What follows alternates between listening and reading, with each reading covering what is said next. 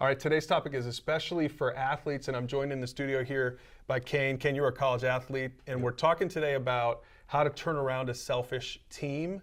And you know about selfish teams firsthand. Explain what happened to you in baseball. Absolutely. So my first year of college baseball, I was coming in as a rookie, and we did not have the best group of veteran leaders and presence. And basically, you know, me and the other freshmen, we watched how they led, and it was toxic, it was negative, it was all about your stats and statistics, and it was really a me culture. So I really experienced that.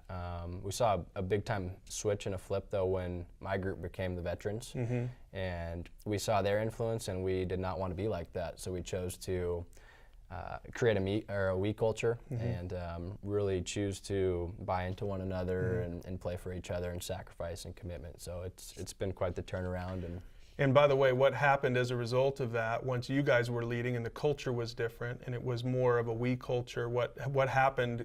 What was the end result of that compared to the result of from the year before? Yeah, so my first year, we missed the tournament, which is a no-no with the program that we were in, and the year that we really led, we ended up winning the championship. So it was pretty crazy just to see how... In 1 year?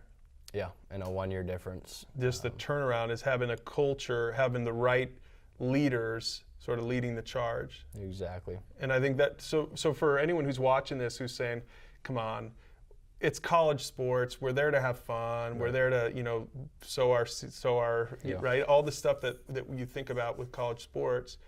But the reality is, if you make the decision to shift this culture, it'll actually benefit the whole team, right? Absolutely. The bottom line. So you had a few real helpful tips for us. If there are guys out there watching this saying, that's why I picked this topic, because we've got the wrong culture. We have a selfish team culture, and they might feel a little bit like their hands are tied. Sure. So you have some really helpful action steps for them to take. The first one you say is, find a group of believers, not necessarily just Christians, but find a group of guys that say, we want more. We don't want a selfish culture. Right. So I think that's huge. If you're going at it alone, you're probably not going to be that effective because, you might kind of be the sheep that's outcast, or you just don't really have that influence. But when you band together with a group of brothers, again, they don't even have to be Christians, but they just have to buy into the we culture. It's absolutely contagious, and the team really rallies around that, and they see that you've created something that's different from what the world tells you, which is the me mindset, and it's sacrifice and we mindset. So, and I would even say that it's an opportunity then for you, if you're the believer trying to do that, it could be an evangelistic opportunity to grab in some of those other kids that want something more. Right. They don't really understand the Jesus part of it, but they want something more. So you're engaging them in it. It could open up doors for you to share your faith with those guys. Right? Yeah, absolutely, 100%. And just like a quick snippet on that, but I was definitely in love with Jesus when all this happened, and we probably had a group of 5 other really solid Christian guys that were playing baseball, and we started with 6, and that was kind of the band of brothers. And we ended up getting up to 10 guys consistently that were bought into this Bible study we had going on, and Fellowship of Christian Athletes, and just really playing for each other.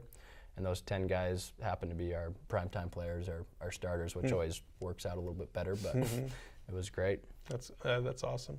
Yeah, because I think if you can get the guys that are making a difference on the field, that just gives you even more, I think, leverage when it comes to the rest of the team. Right.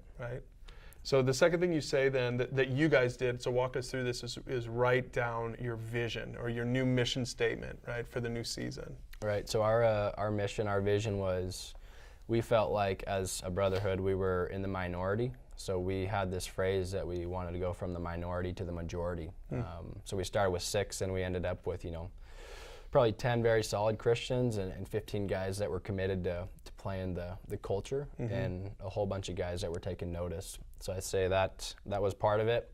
And the other thing that was our goal was, we asked, would you rather win a championship or have every one of your teammates come to know Jesus? And our mindset was, we want every person on our team to have a personal relationship with Jesus, and that freed us to play with great confidence and boldness, and to go to the field not just with a consumer mindset, but looking to pour into other guys and invest in them.